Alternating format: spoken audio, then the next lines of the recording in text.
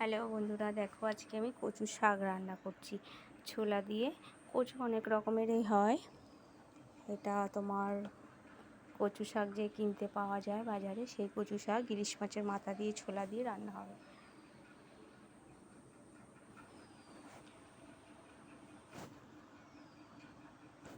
প্রথমে 5 ফোড়ন দিয়ে দিচ্ছি,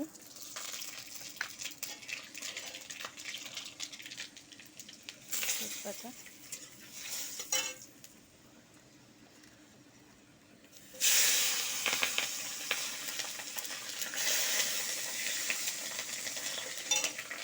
যেরকম মান কচু, তারপরে কচু অনেক বিভিন্ন ধরনের আছে। এটা হলো এমনি মিষ্টি কচু, এটা খেতে খুব স্বাদ লাগে। এটা ইলিশ মাছের মাথা দিয়ে খেতে খুবই ভালো লাগে।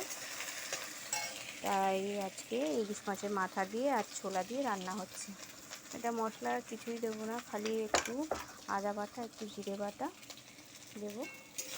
আদা বাটাটা দিয়ে দিয়েছি, একটু 5 ফোড়ন দিয়েছি তেলে, আর দিয়েছি তোমার কাঁচা লঙ্কা চিড়ে দিয়েছি। এটা দিয়ে রান্না হচ্ছে। একটু জিরের গুঁড়ো দিয়ে দেবো,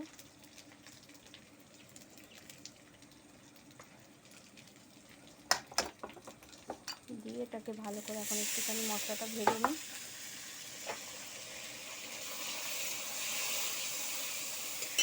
এটা ইলিশ মাছের মাথা দিয়ে খেতে খুব স্বাদ। তোমরা কারা কারা ইলিশ মাছের মাথা দিয়ে এই কচু শাকটা খেতে ভালোবাসো অবশ্যই কিন্তু জানাবে। এই পরিমাণ মতন এখন একটু হলুদ দিয়ে দিলাম, আর এই কচু শাকটা একটু নুন দিয়ে সিদ্ধ করে নিয়েছি, নিয়ে জল ফেলে দিয়েছি। দিয়ে এবারে তোমার এটাকে রান্না করছি। এর পরিমাণ মতন নুন দিয়ে দিয়েছি।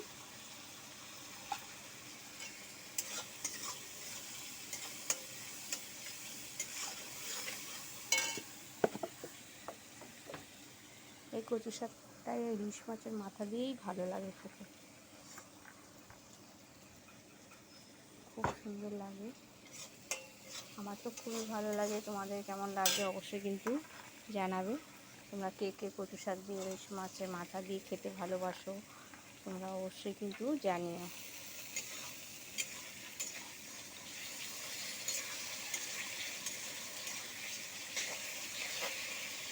বিভিন্ন রকমের কচু আছে, এক একটা কচু এক এক রকমের।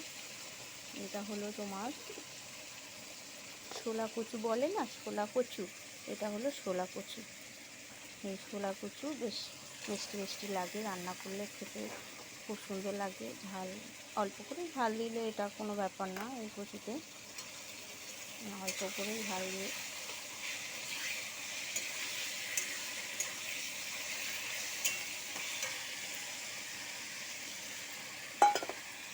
সবাইকেই,